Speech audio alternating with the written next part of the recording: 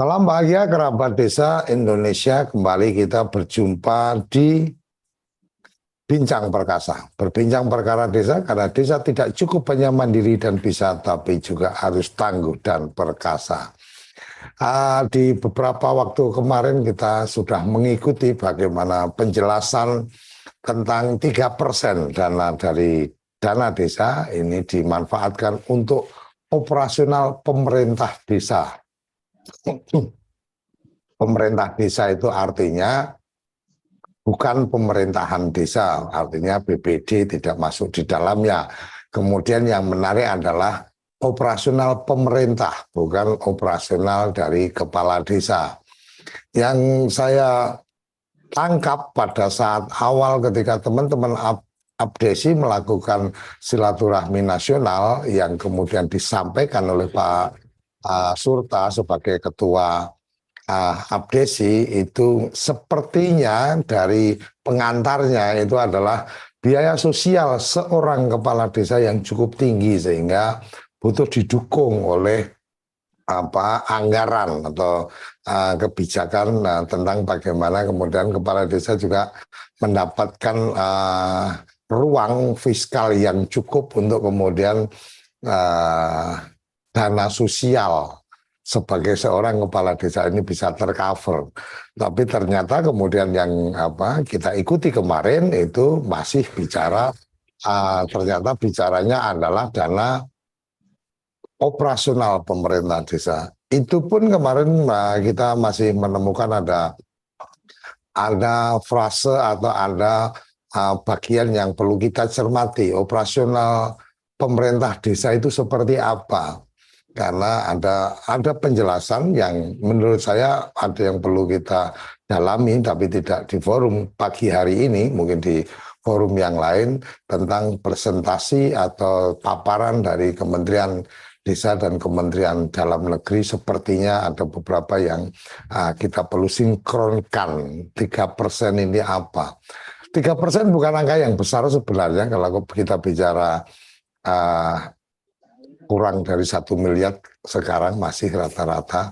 Taruh kata 1 miliar pun 3% itu angkanya masih di angka 30 juta yang menurut saya untuk 1 tahun 30 juta juga tidak terlalu heboh-heboh banget. Jadi tidak perlu kemudian menjadi dramatis membicarakan tentang 3%, kemudian itu otoritasnya kepala desa yang sangat nyaman menggunakan dan seterusnya.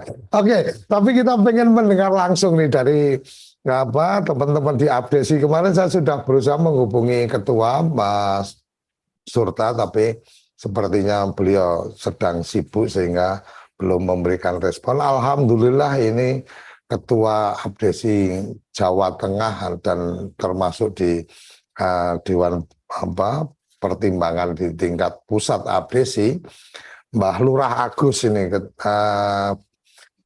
berkesempatan merespon dan siap untuk berbagi cerita pagi hari ini. Mbak Lurah, selamat pagi Mbak Lurah. Selamat pagi Pak D. Lalu saya esok-esok ini ganggu aktivitas pagi, mbok menawa esok-esok sobo nang sawah tadi orang budal nang sawah. Oke, Lurah, ceritanya gimana itu? Aksi begitu besar kemudian terakomodir dalam satu silaturahmi, kemudian demikian heroiknya Mas Surta menyampaikan tentang Bapak Pembangunan Desa, kemudian menyampaikan tentang permohonan 5% kalau nggak salah tangkap saya. Kemudian ada agenda yang lain nih, agenda yang lain mungkin nggak perlu kita perbincangkan karena teman-teman mendorong untuk Pak Jokowi 3 periode, itu ceritanya nanti panjang. Yang 5% jadi 3% Mbak Lurah, ceritanya gimana ini sebenarnya supaya kita memahami atmosfer atau nuansa hati dari teman-teman Abdesi itu sebenarnya apa, ditangkap bagaimana, kemudian secara policy jadinya seperti apa. Monggo, Mbak. Terima kasih. Assalamualaikum warahmatullahi wabarakatuh.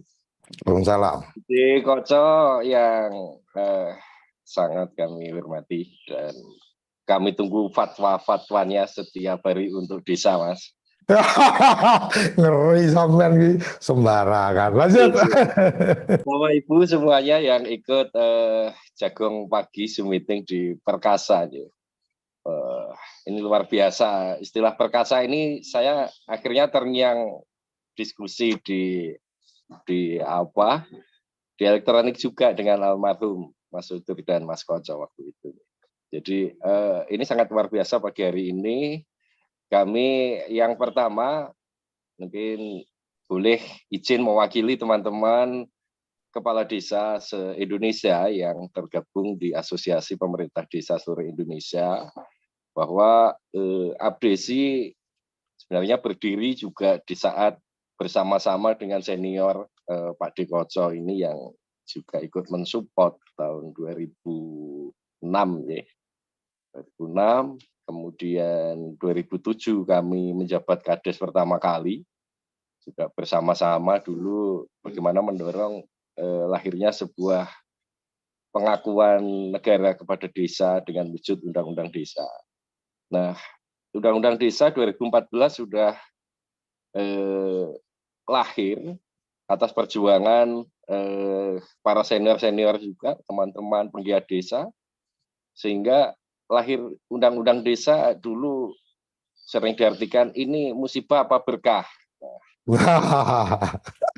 Dari titik itulah kita mengawal bersama Pak Dekoco. Jadi sehingga bagaimana roh Undang-Undang Desa itu sebenarnya yang kita kawal agar tujuan cita-cita kemerdekaan yaitu pembangunan yang merata, berkeadilan, tentunya sampai di tingkat desa yang menjadi isu nasional. Pasti kemiskinan ada di desa, keterbelakangan di desa. Dan latah-latah pun sampai mengatakan bahwa kalau jelek pasti ngomongnya desa lu kan gitu. Oh cah desa, desa dan sebagainya. Sehingga bagaimana kita bersama-sama ayolah kita berintegritas bersama dengan adanya undang-undang ini untuk kita kawal ke depan, bukan desa lagi, kalau jelek kalau bisa kota lo kan gitu. Nah, ini sekedar ilustrasi kami Pak Dekoco, bagaimana pembangunan di desa itu bisa merata, berkeadilan, sehingga ini menjadi satu support pembangunan nasional. Dengan sesantinya dulu di Abdesi saya buat adalah dari desa untuk Pranata Nusantara. Artinya bagaimana Pranata di desa sudah apik, yang sudah terbingkai ini dengan kultur budaya dan sisa-sisa warisan tradisional leluhur yang sangat bagus ini, bagaimana kita eksplor kembali untuk menghadapi era zaman yang semakin maju. Nah, tentunya ini tidak bisa lepas dari peran SDM, peran dukungan anggaran dan sebagainya. Sehingga kembali ke topik pada hari ini yaitu 3%. Memang kita awali sebenarnya begitu lahirnya Undang-Undang Desa itu kita mengawal, kita merasakan sekali bahwa ada perbedaan sebelum lahirnya Undang-Undang Desa dan sesudah lahirnya Undang-Undang Desa, Pak Dekoco. Nah, dulu teman-teman ada multi tafsir bagaimana terkait dengan pengelolaan tanah bengkok. Nah, ini masih terangkai di dalam satu proses pengakuan hak asal usul desa. Jika dulu kita perjuangkan, saya dan teman-teman aksi di Jakarta di Istana pada tahun 2015 itu adalah alhamdulillah diterima oleh Pak Presiden secara langsung, perwakilan masuk di Istana dan disetujuilah perubahan sehingga dari PP 43 menjadi PP 47 yang artinya tanah bengkok bisa kembali dapat digunakan untuk tambahan tunjangan penghasilan kepala desa perangkat desa. Alhamdulillah itu menjadi sinyal positif kami pada waktu itu bahwa Pak Jokowi seorang presiden yang mampu dan mengerti dan bisa memahami bagaimana roh undang-undang desa itu, sehingga ada sedikit yang melenceng waktu itu bisa kita luruskan. Nah, untuk selanjutnya kita mengawal lagi adalah waktu itu kita mengadakan Rakernas Abdesi. Kebetulan saat itu saya sekjen di DPP dari Munas 3 di Solo. Jadi ketua umum Sudah Tarang, sekjennya saya. Sehingga kami mengadakan rutinitas pertemuan-pertemuan di level tingkat nasional. Yang salah satu yang kita tangkap dari teman-teman saat itu adalah bagaimana seorang kepala desa yang notabene punya beban sosial kemasyarakatan yang sangat tinggi. Sehingga waktu itu adanya dana desa itu memang tidak atau sama sekali untuk biaya operasionalnya saja, operasional kegiatannya saja, itu tidak bisa disupport dari dana desa. Artinya ada anggaran di situ kan ada anggaran pendamping yang digunakan untuk melaksanakan kegiatan itu belum bisa. Apalagi sampai ke tingkat penggunaan anggaran dana desa itu untuk tanda kutip adalah jabatan kepala desa ex officio. Nah, sehingga terjadi juga diskusi-diskusi. Dulu pernah juga di TV Desa Pak D dengan season yang lain dengan Mas Kades Iwan. Itu juga sempat kita ulik. Artinya kenapa sih dana desa kok menjadi seperti diharamkan digunakan untuk kepala desa, padahal di dalam amanat undang-undang penggunaan dana desa toh juga untuk kegiatan pemerintahan desa, pembangunan, pemberdayaan dan peningkatan bangsa masyarakat. Nah, dalam hal ini kita bicara pemerintahan. Kalau kepala desa ini kan menjalankan pemerintahan, sehingga sebenarnya dana desa boleh dong digunakan dalam rangka penyelenggaraan pemerintahan itu, salah satunya adalah kepala desa sebagai kepala pemerintahan tertinggi di tingkat desa. Nah, sempat kita ulik itu awalnya. Sehingga waktu Rakernas kita sering mengundang memang stakeholder baik dari DPD RI, DPR RI, kemudian dari kementerian yang terkait, itu juga kita angkat kembali hal-hal ini, Pak D. Sehingga waktu itu salah satu dari DPR RI sempat menyampaikan waktu di Rakernas adalah yang menjadi viral saat itu, bahwa yang punya jengkol itu kan presiden, gubernur, kemudian camat dan kepala desa. Nah, artinya yang punya jengkol itu biaya sosialnya tinggi, kemudian juga punya tingkat kesejahteraan yang dijamin, biaya komunikasi lah, biaya perumahan lah, biaya apa dan sebagainya, masuk dana taktis yang digunakan. Nah, kok kepala desa sampai saat ini belum, bahkan di dalam PP yang mengatur tentang siltap kades dan perangkat desa, waktu itu juga abdesi kami dengan teman-teman para perangkat, waktu itu memperjuangkan bagaimana agar pendapatan kepala desa dan perangkat desa, tanda kutip aparatur desa ini, itu bisa disetarakan dengan PNS, minimal PNS golongan 2 waktu itu. Nah, walaupun juga di endingnya juga belum sesuai yang kita harapkan. Nah, waktu itu adalah antara kepala desa dengan perangkat desa itu terpautnya masih di kisaran 20 sampai 15%, pokoknya hanya itu. Nah, ini yang menjadi satu hal yang kita kawal kembali, sehingga kita waktu silatnas pertama itu sebenarnya kita tanggal 10 April 2019 Pak D, waktu itu. Ini sudah kita angkat.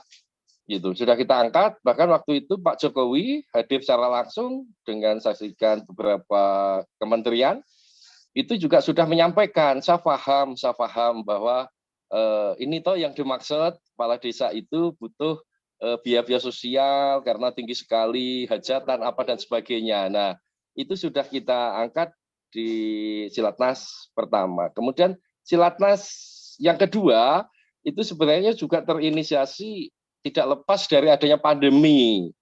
Waktu itu teman-teman yang di sekitar Jakarta, khususnya di Bandung, Jabar, Banten waktu itu, ada melakukan aksi untuk penolakan Perpu nomor 1 yang menjadi Undang-Undang nomor 2 itu, Pak D. Salah satunya adalah mencabut terkait dengan dana desa. Nah, itulah yang digaungkan teman-teman, sehingga muncul Silatnas yang kedua tanggal 29 Maret 2022. Itu sementara, Pak D. Oke, artinya sebenarnya yang ditangkap oleh Pak Jokowi itu sudah benar bahwa bagaimana kemudian ada dukungan pembiayaan untuk biaya sosial kepala desa. Yang ditangkap sebenarnya sudah benar.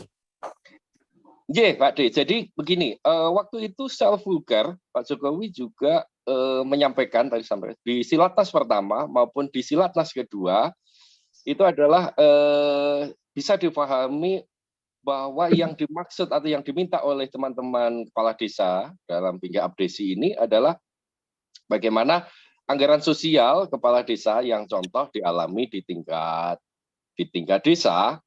Itu kepala desa itu sesuai adat istiadat. Kalau ada orang punya hajatan gitu aja, itu sudah luar biasa, Pak Dekoco. Biaya pengeluaran karena mesti kalau di desa itu kan yang laki itu sendiri, yang perempuan itu sendiri. Nah, Artinya, itu artinya nek nyumbang ki yo apa Mbah Lurah wedok karo Mbah Lurah lanang mesti kudu nggawa dhewe-dhewe ngene ya. iya. Dan itu nggak bisa dipungkiri karena kalau di Jawa itu barangkali samalah kita penghormatan untuk mungkin kepala desa yang waktu mau diundang itu membawa ingkung ayam utuh kayak gitu kan. Ya ya ya ya. Itu penghormatan sebenarnya sehingga kalau di desa filosofinya kan kita saling mengisi, saling menghormati. Tatkala kita dihormati kita harus bisa menghormati, seperti itulah. Kalau beban itu Artinya ora pantes umpamane Mbah Lurah teko kok terus apa sumbangannya padha karo ketua RT kan ya ora pantes kan. Itu pasti dibully. Oke, dipahami.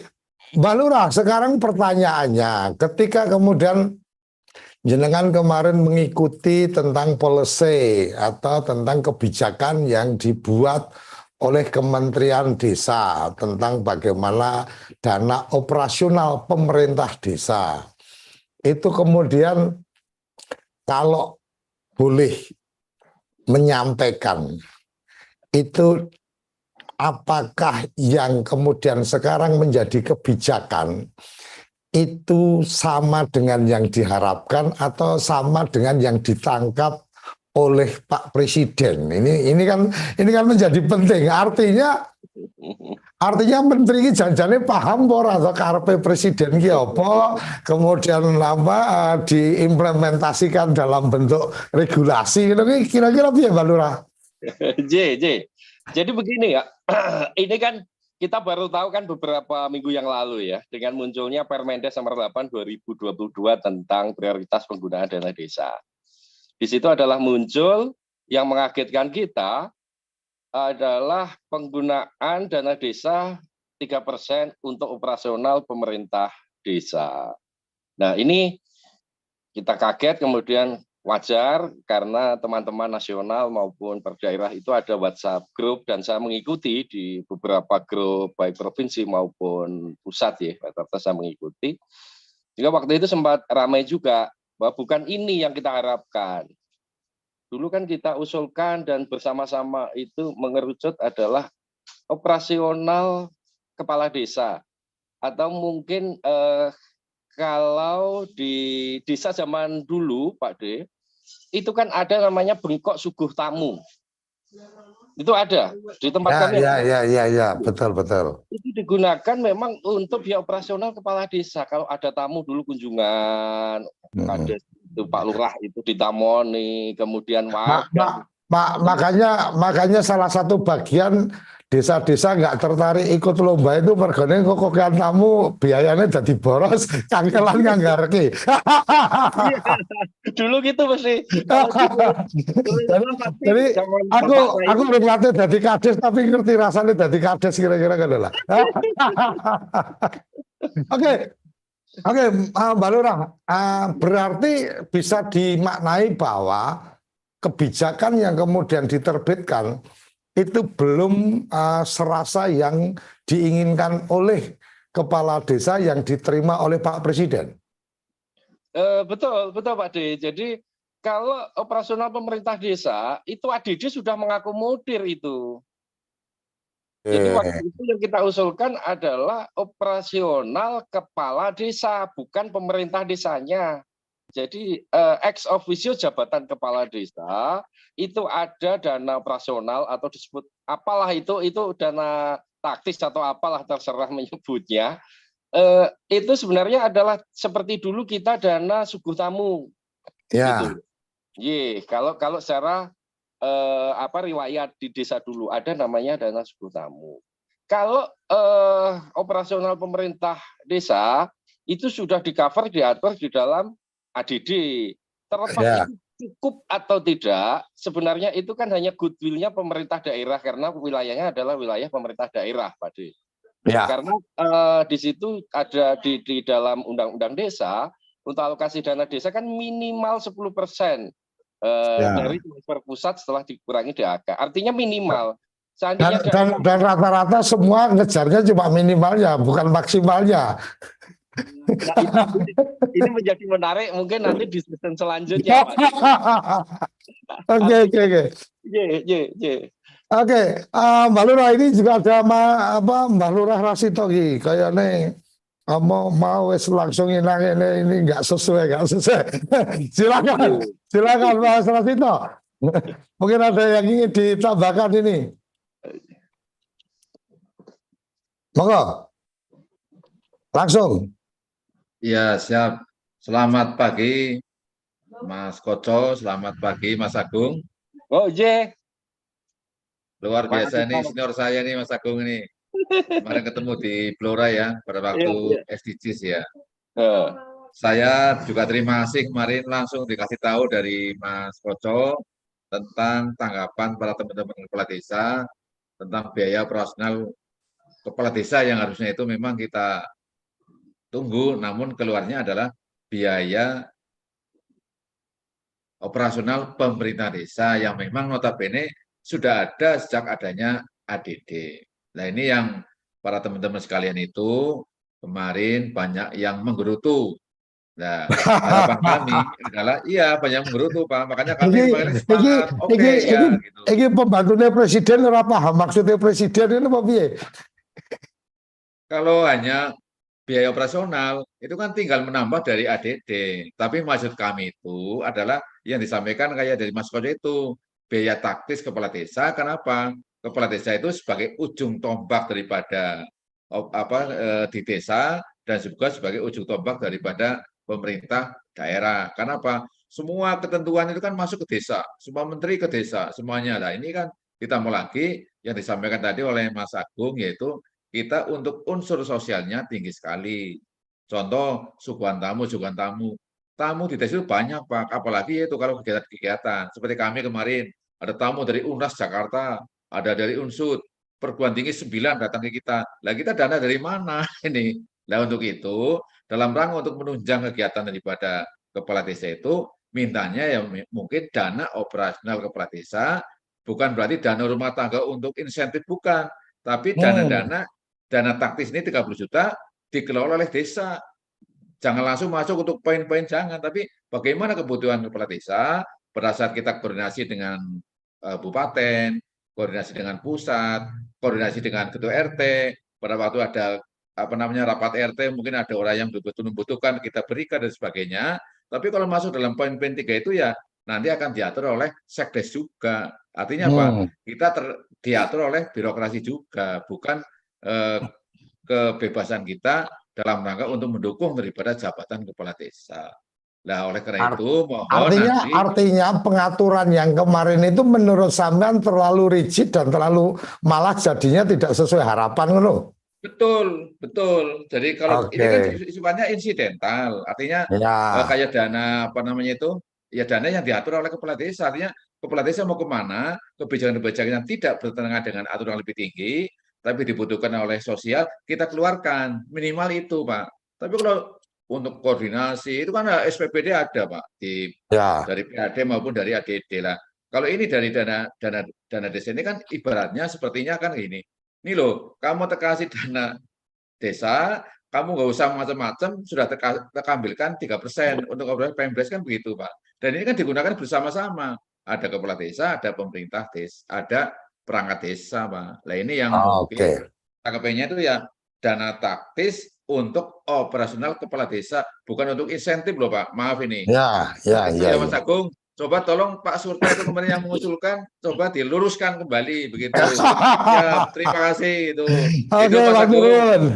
Maturun, Mbak Lurah, Mbak Lurah Agung ini apa karena sampean ini kayaknya termasuk yang sangat aktif tadi menyampaikan tentang bagaimana mengawal pemberlakuan undang-undang desa.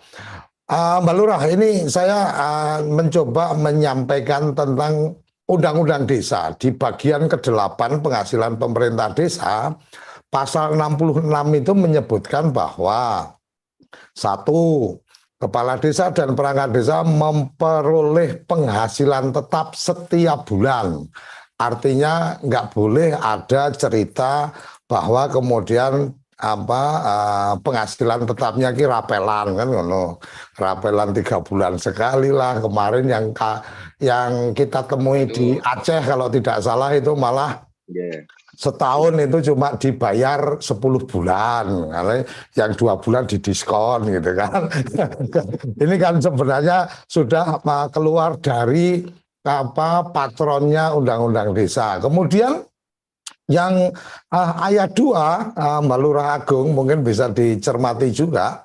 Ini tentang penghasilan tetap kepala desa dan perangkat desa dimaksud ayat 1 bersumber dari dana perimbangan dalam anggaran pendapatan belanja negara yang diterima kabupaten atau kota dan ditetapkan dalam APBD kabupaten atau kota.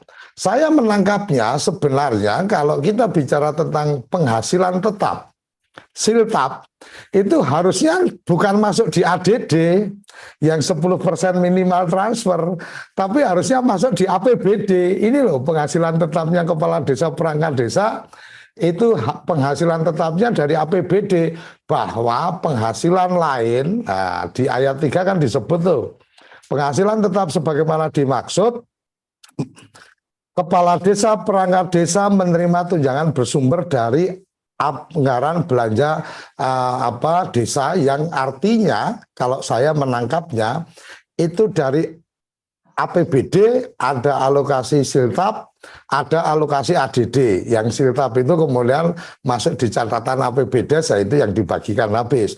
Dan yang lebih penting lagi, selain penghasilan tetap, kepala desa perangkat desa memperoleh jaminan kesehatan bla bla bla dan seterusnya. Artinya karena undang-undang desa ini sudah tidak ada lagi istilah kegiatan perbantuan ya, Mbak Lurah ya.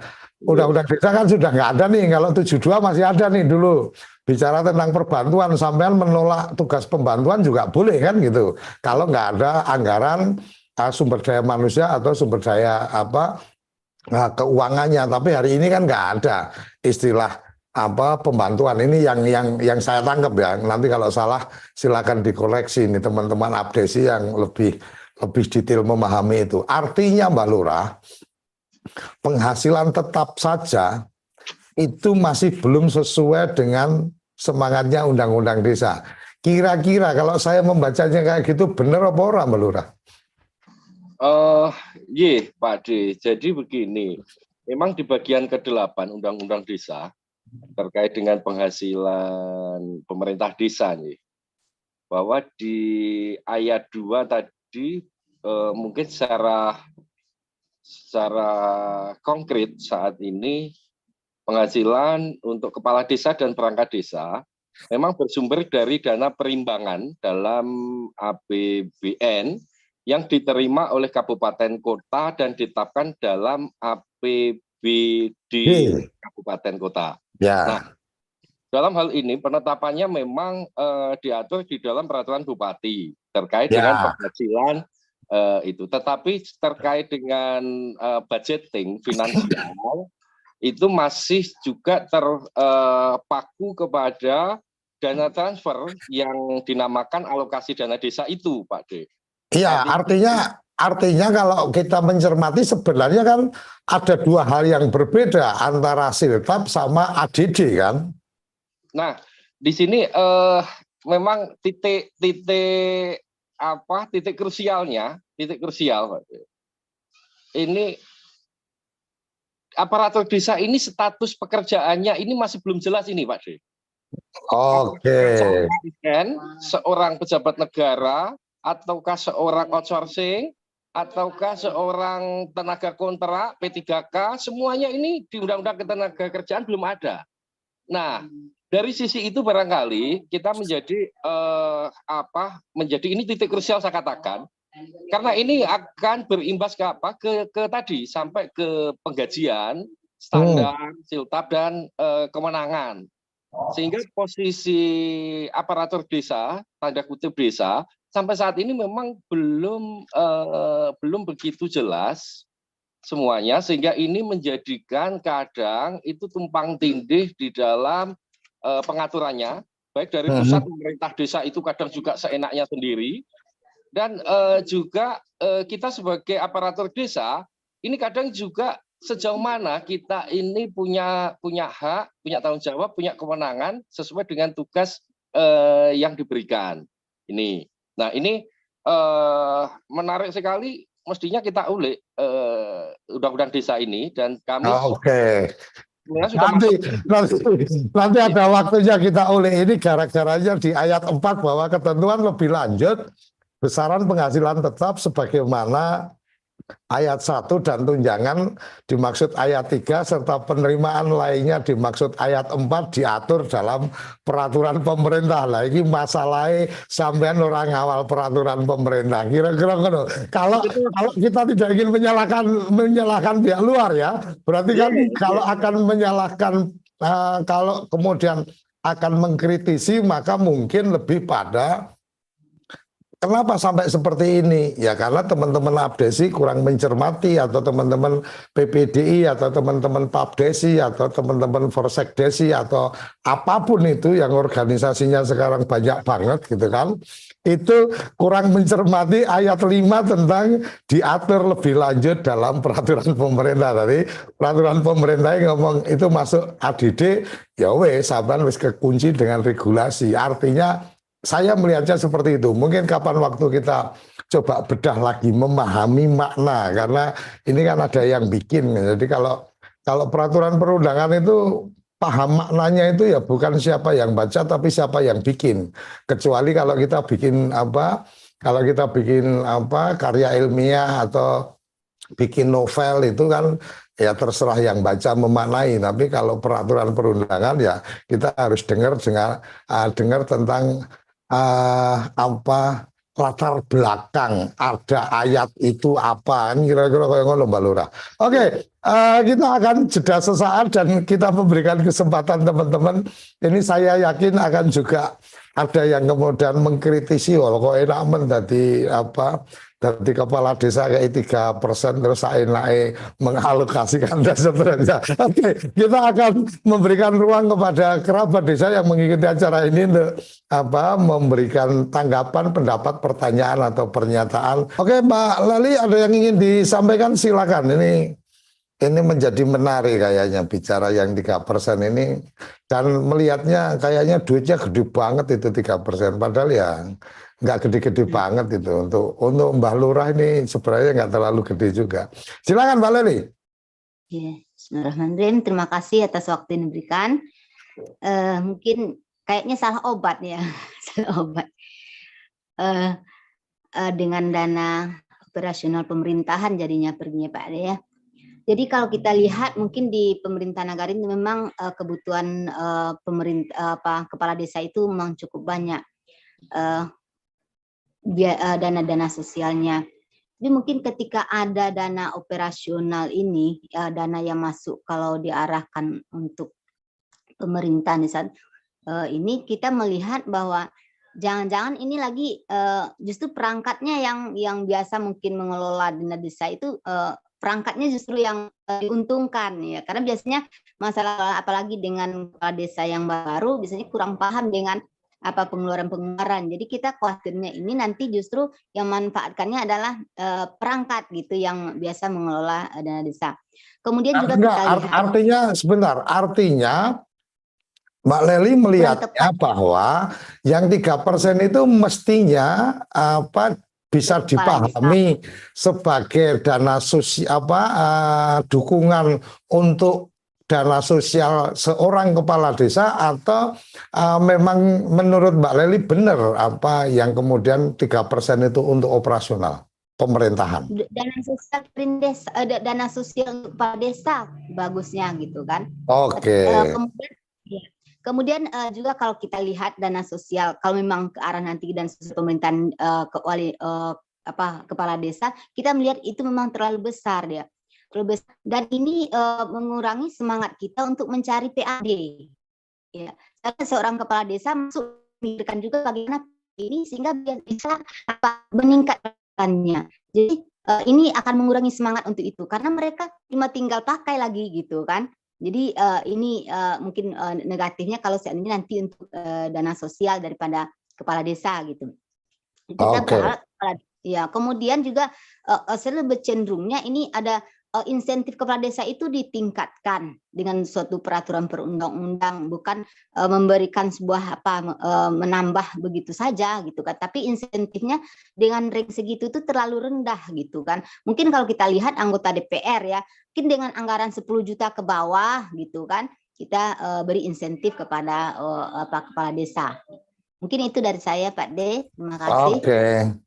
Oke, terima kasih. Jadi dipahami memang ada bagian yang menjadi kepala desa itu punya dampak dengan biaya sosial yang cukup tinggi, sehingga yang saya tangkap Mbak Lely tadi memahami betul yang mestinya memang ada dana untuk bagaimana mendukung operasional seorang kepala desa, tetapi bahwa dengan kebijakan yang ada ini maka kemudian ada kekhawatiran lagi nih dari Mbak Lely yang saya tangkap, bahwa kemudian pada akhirnya kepala-kepala desa yang baru karena nggak terlalu paham regulasinya dan seterusnya, yang kemudian mendapatkan kemanfaatan adalah teman-teman perangkat desa. Tapi yang menjadi penting menurut saya adalah pemahaman Mbak Lely tentang bagaimana penghasilan seorang kepala desa itu harus dilayakkan atau diberikan kepantasan, sehingga kemudian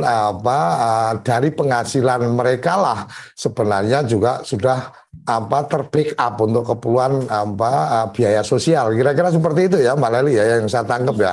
Ibarat kata kepala desa mungkin dibandingkan dengan sekretaris desa atau dengan perangkat desa yang lain mungkin ya selisihnya cukup besar, sehingga ketika ada biaya-biaya sosial itu dia bisa masih tercover memang ya dari dana pribadi yang dia terima dari penghasilan tetap yang memang mencukupi. Kira-kira itu yang coba saya tangkap tadi yang disampaikan Mbak Lely. Oke, Mbak Lurah, ada yang ingin direspon ini menjadi menarik untuk bagaimana kalau sudah terlanjur ibarat kata nih strata sosialnya itu sudah dipandang tinggi oleh masyarakat, tapi penghasilan itu tidak cukup tinggi, ya memang tergopoh-gopoh juga kan gitu.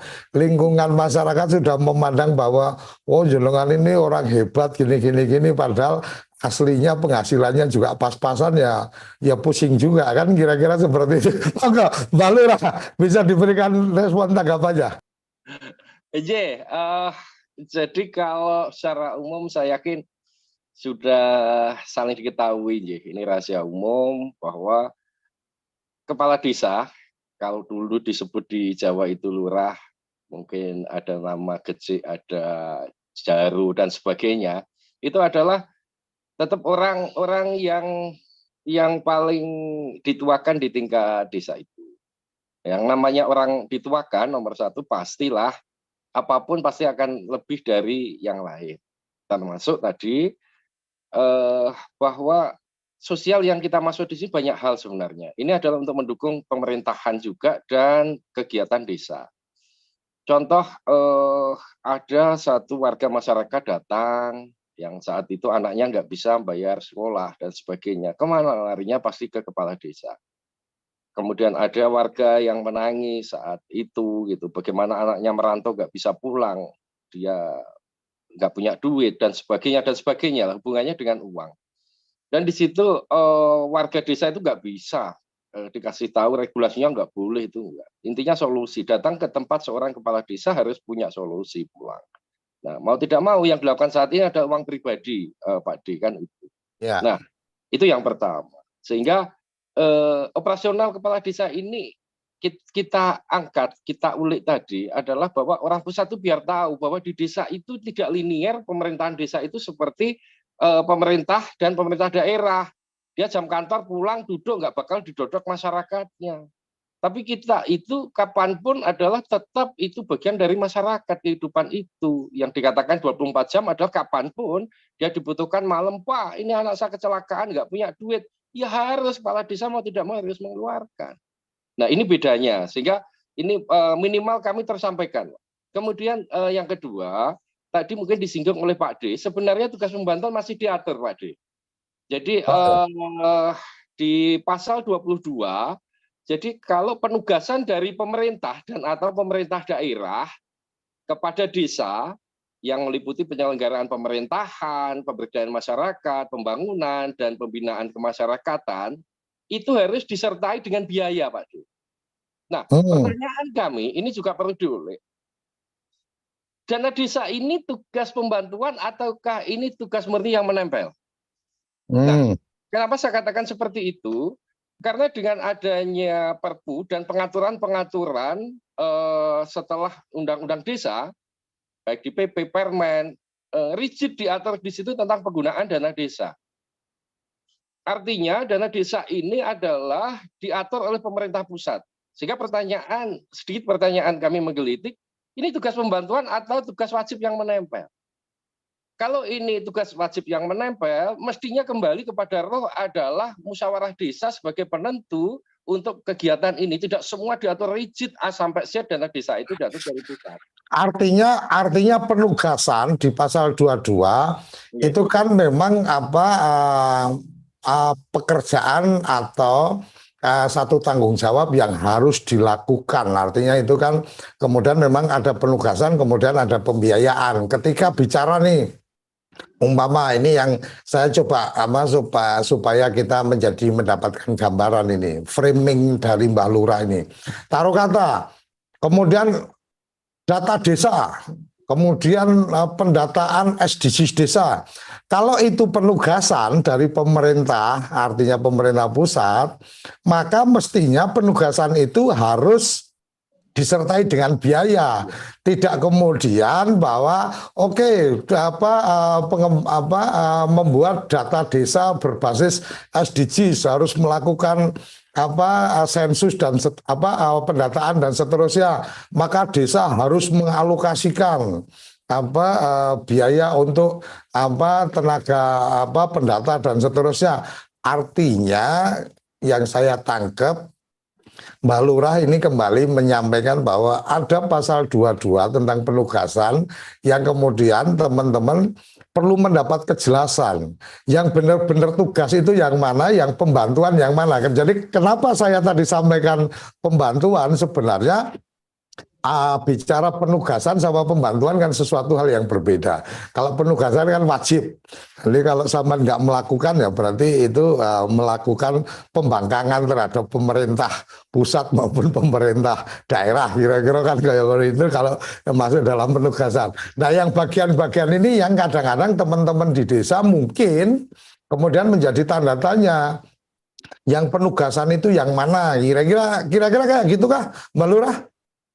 Tepat Mas Koco. Sehingga ya ini kita kan ya baru 7 tahun lah desa ini ya Mas Koco. Sehingga mestinya tidak usah saling tersinggung tatkala kita ada kritik atau kritik ya. Untuk kebaikan. Artinya begini, kalau memang dana desa itu diatur di pusat, berani ngatur, ya mestinya berani sesuai dengan di pasal 22 dong, diikuti dengan pembiayaan. Jika desa itu terkesan diatur di sana, nggak salah dong kalau kita juga mengusulkan pembiayaan operasionalnya untuk kita gitu. Artinya ketika ini semua harus digital dan seterusnya lah, nek desa ini urung ono internet ya kudune pemerintah pusat yang masangi internet, kira-kira kayak gitu ya Mbak ya.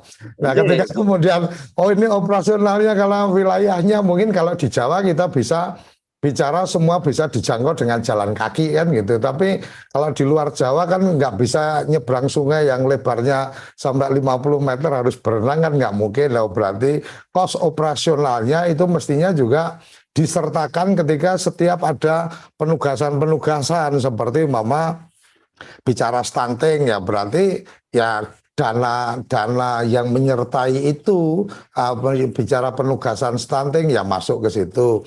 Penugasan tentang menghapuskan kemiskinan lah itu masuk ke situ. Artinya apakah tidak bisa dimaknai ini Mbah Lurah bahwa bicara penugasan-penugasan itu berarti bicara tentang prioritas penggunaan anggaran dana desa yang yang diterbitkan oleh Kementerian Desa itu sebagai quote unquote sebagai makna makna penugasan Mbak Lurah.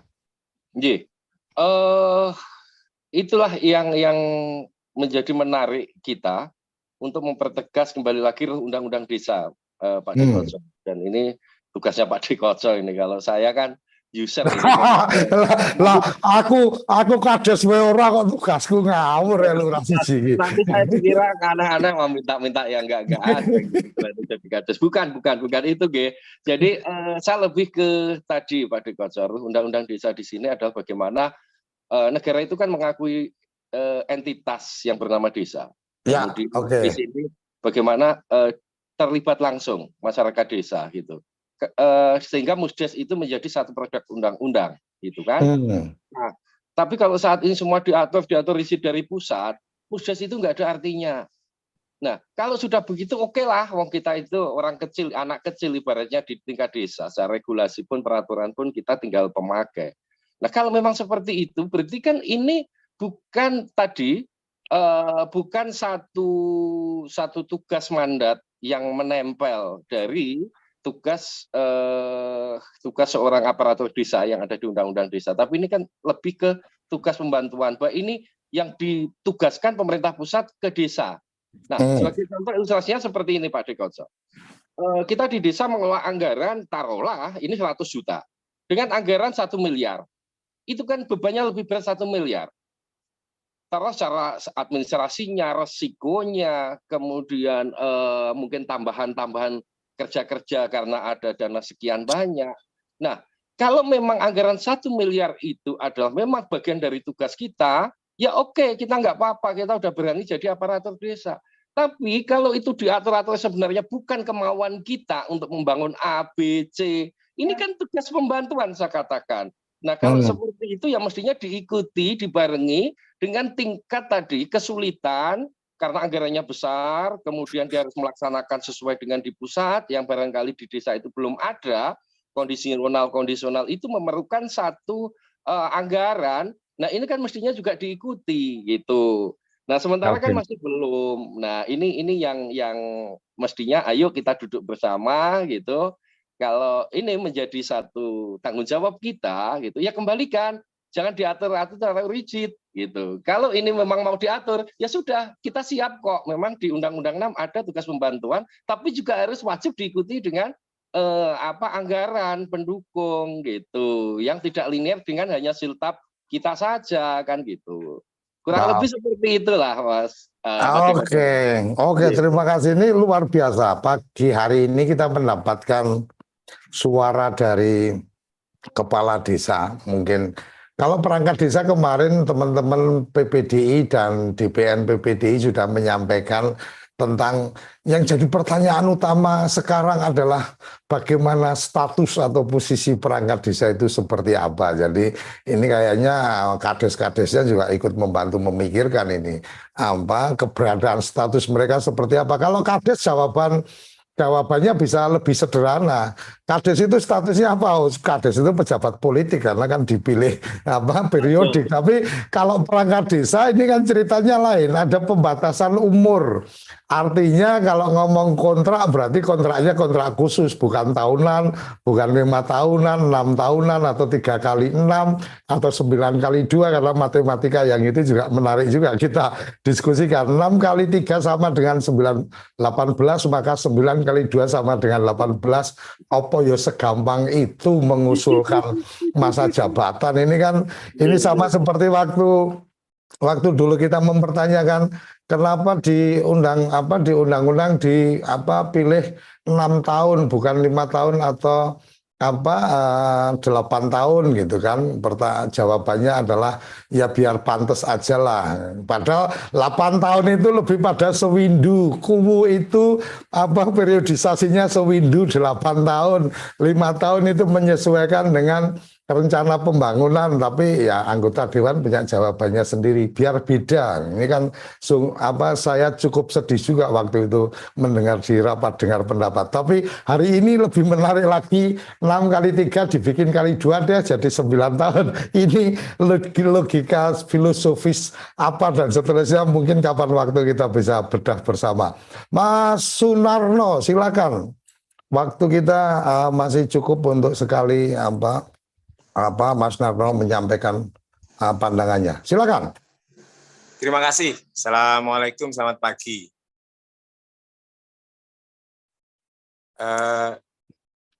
Kalau ya kebetulan saya juga sebagai BPD, ketua BPD. Jadi tadi juga kalau bicara 3%, saya juga sepakat dengan Pak Agung ya. Jadi tidak masalah itu menjadi biaya operasional Pak Lurah, hanya saja kita nggak terlalu khawatir karena bagaimanapun juga nanti kan anggarannya masuk ke APBDes, di mana nanti juga harus persetujuan BPD di dalam hal penetapannya.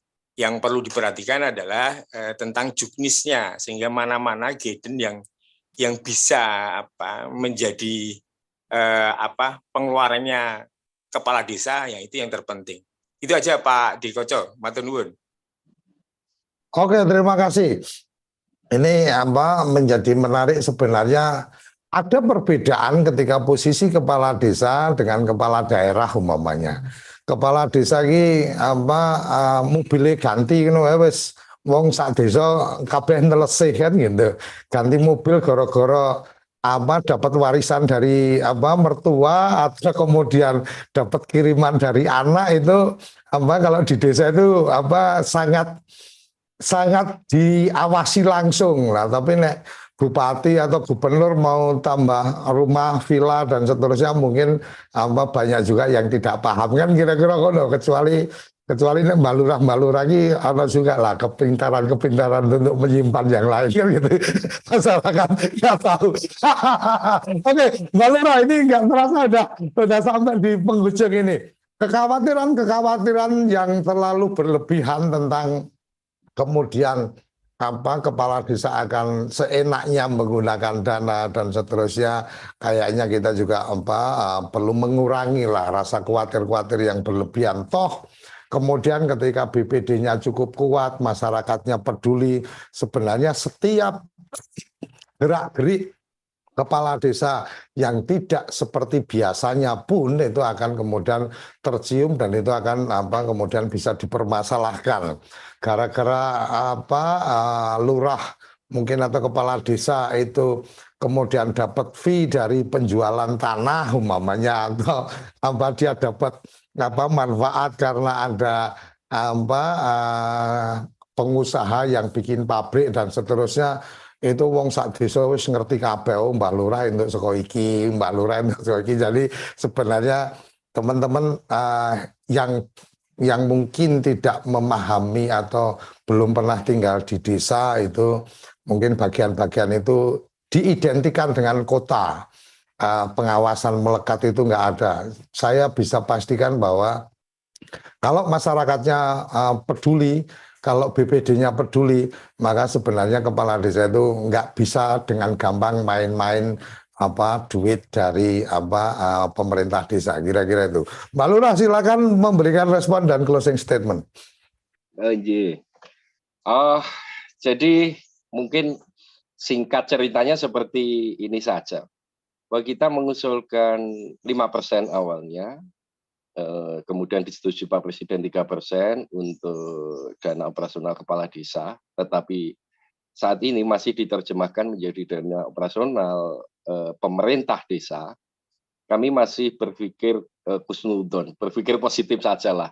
Tadi mungkin dari Bapak BPD, mungkin dari teman-teman yang lain punya persepsi Kalau anggaran ini hanya diserahkan saja kepada kepala desa, terus penggunanya untuk apa? Jangan-jangan untuk hal-hal yang tidak-tidak. Kami pun juga menerima kritik otokritik itu. Artinya sebenarnya bukan itu, bahwa kalau kita diberikan anggaran itu, toh kembalinya kepada masyarakat sebenarnya. Jadi esensi yang disampaikan Pak Presiden bahwa bagaimana dana desa itu berputar kepada ekonomi di tingkat desa. Nah, salah satunya adalah kalau dana itu diberikan langsung oleh kepala desa, saya yakin penggunaannya yang paling simpel adalah digunakan kembali kepada masyarakat dalam bentuk kegiatan-kegiatan sosial kepala desa, dan itu mestinya diketahui oleh banyak masyarakat. Contoh tadi ada warga yang sakit, kemudian meminta langsung uang gitu. Kemudian kita datang menengok orang sakit, kemudian datang ada bayi, ada apa dan sebagainya. Kalau itu memang dirumuskan di dalam satu desa, oh kalau kepala desa itu menyumbangnya 500.000, ya oke, diambilkan dari situ.